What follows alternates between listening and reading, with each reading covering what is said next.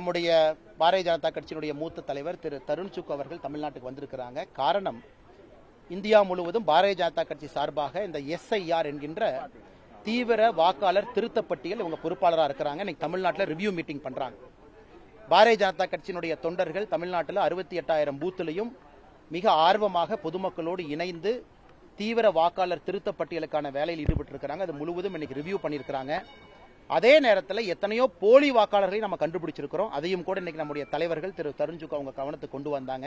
நிறைய இடத்துல ஆளும் கட்சி திராவிட முன்னேற்ற கழகம் தன்னுடைய அதிகாரத்தை தவறாக பயன்படுத்தி BLO கையில வச்சுக்கிட்டு சில வேலைகள் செய்யறாங்க. அதையும் அவருடைய கவனத்துக்கு கொண்டு வந்திருக்கிறாங்க. நாங்கள் தேர்தல் ஆணையத்தை எப்பொழுதும் நம்புகின்றோம். அவர்களை நம்பி தொடர்ந்து நாங்கள் கம்ப்ளைண்ட் கொடுக்கிறோம். BLO சரியில்லாத இடத்துல BLO தேர்தல் ஆணையம் மாத்திருக்கிறாங்க. அதே நேரத்தில் ஆளும் கட்சியினுடைய பிடியிலிருந்து BLO-வை வந்து காப்பாற்றணும். அதே நேரத்தில் நேர்மையான முறையில் SIR நடக்கணும். அதையும் நம்முடைய தொண்டர்கள் ஊர்ஜிதம் செய்வார்கள். ஆனா இன்னைக்கு திராவிட முன்னேற்ற கழகம் தருண் சுக் அவர்கள் இன்னைக்கு பல மாநிலத்தில் தேர்தலை பார்க்கறாங்க.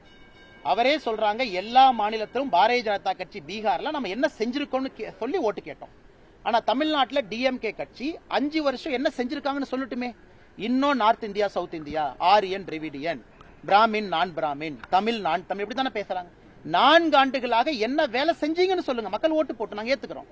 அதனால் எந்த வேலையும் செய்யாதனால எலெக்ஷன் வந்த உடனே மறுபடியும் டெல்லியை நோக்கி படையெடுக்கிறாங்க. Delhi, Tamil Nadu, north, south, Aryan, Dravidian, Punjab, Tamil Nadu. இந்த முறை தமிழக வாக்காளர்கள் இதை ஏற்றுக்கொள்வதற்கு தயாராக இல்லை. இதையெல்லாம் நிராகரிக்க போறாங்க. இதுவரை முதலமைச்சரோ துணை முதலமைச்சரோ வாயை திறந்து அவங்க செஞ்ச சாதனையை இதுவரைக்கும் சொல்லவில்லை என்றாலே தெரியுது இந்த எலெக்ஷனை எதிர்கொள்வதற்கு அவர்கள் பயப்படுகின்றார்கள். நெல்லுக்கான கொள்முதல் ஈரப்பத அளவை உயர்த்தல தெளிவா சொல்றாங்க. நம்முடைய தஞ்சை மாவட்ட பகுதி, டெல்டா பகுதி விவசாயிகள் புரிந்து கொள்ள வேண்டும். எப்பொழுதுமே பாரதிய ஜனதா கட்சி மோடி ஐயா உங்க பக்கம் இருக்கிறாங்க.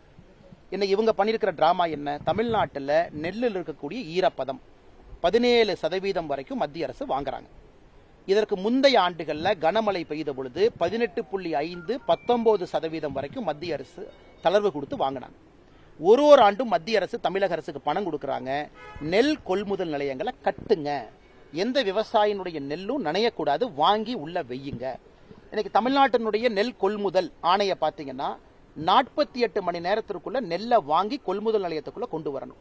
இன்னைக்கு சக்கரபாணி அவர்கள் உண்மையை சொல்ற துறையினுடைய அமைச்சர் 60 நாள் சில இடத்துல எடுத்திருக்காங்க, 50 நாள் எடுத்திருக்காங்க, 40 நாள் எடுத்திருக்காங்க. நீங்க நெல்லை வாங்கி கொள்முதல் நிலையத்துக்குள்ள வர்ற 60 நாள் ஆயிருக்கு, குறைந்தபட்சம் 1 வாரம் ஆயிருக்கு. அவ்வளவு நெல்லை வேண்டுமென்றே மலையில நனைய போட்டு மத்திய அரசு நெல் கொள்முதல் நிலையத்துக்கு கொடுக்கக்கூடிய பணத்தையும் பயன்படுத்தாம இன்னைக்கு முதலமைச்சர் அவர்கள் போலி டிராமா நடத்துறாங்க. அதைத்தான் பாரதிய ஜனதா கட்சி சொல்லுகின்றோம். 360 கோடி ரூபாய் ஊழல் செஞ்சிருக்கிறீங்க. நெல் கொள்முதல்ல ஊழல் பண்ணிருக்கிறீங்க. நெல்லை முழுவதுமாக வாங்குவது மத்திய அரசு, பணம் கொடுத்து வாங்குறாங்க. அப்படி இருக்கும் பொழுது விவசாய நண்பர்களுடைய வயிற்றில் அடிப்பதற்காக மறுபடியும் முதலமைச்சர் டிராமா பண்றாங்க. அதே நேரத்தில் ஏன் முதலமைச்சர் சொல்ல மாட்டாங்க? உடைந்து போன நெல், புரோக்கன் ரைஸ் 5-8% கொள்முதல் வாங்குறேன்னு சொல்லி அதை உயர்த்தி இருக்கிறாங்க. அதே முதலமைச்சர் பாராட்ட மாட்டாங்க. இன்னைக்கு விவசாய பெருமக்கள் கொண்டு வரக்கூடிய நெல், அதிலிருந்து வரக்கூடிய அரிசி 5-8% உடைந்திருந்தாலும் அதை முழுமையா மத்திய அரசு வாங்குறேன்னு அதே ஆணையில சொல்லியிருக்கிறாங்க. அதை பேசுவது கிடையாது. இன்னும் ஈரப்பதம் உண்மையாலும் இருந்ததுன்னா அங்க மத்திய அரசுடைய கமிட்டி வந்து பார்த்துட்டு போயிருக்கிறாங்க. நாங்கள் எடுத்துட்டு போறோம். ஆனால் இந்த ஈரப்பதம் எல்லாம் மாநில அரசு தன்னுடைய தவறால் வெளியே போட்டிருக்கக்கூடிய நெல்லினுடைய ஈரப்பதம். மாநில அரசு வாங்கி மூட்டையை வெளியே போட்டு வரக்கூடிய மூட்டையை 48 மணி நேரத்துக்குள்ள உள்ள கொண்டு வராம 2 மாதம் தாமதம் செய்து வாங்கியிருக்கக்கூடிய நெல்லத்தை ஆய்வு பண்ணாங்க. மத்திய அரசு அதிகாரிகள் சும்மா வந்துட்டு போனாங்களா? நெல் எப்படி ஈரமாச்சு, யார் ஈரமானதற்கு பொறுப்பு, மாநில அரசு பொறுப்பா, இதெல்லாம் ஸ்டடி பண்ணி தான் ரிப்போர்ட் கொடுத்தாங்க. அந்த ரிப்போர்ட்டின் அடிப்படையில் தான் மத்திய அரசு சொல்லியிருக்கிறாங்க. எப்பொழுதும் விவசாயத்தின் பக்கம், டெல்டாவின் பக்கம், காவிரி தாயினுடைய புதல்வராக இருக்கக்கூடிய விவசாயிகளின் பக்கம் பாரதிய ஜனதா கட்சி, பிரதமர் மோடி அவர்கள் இருப்பார்கள்.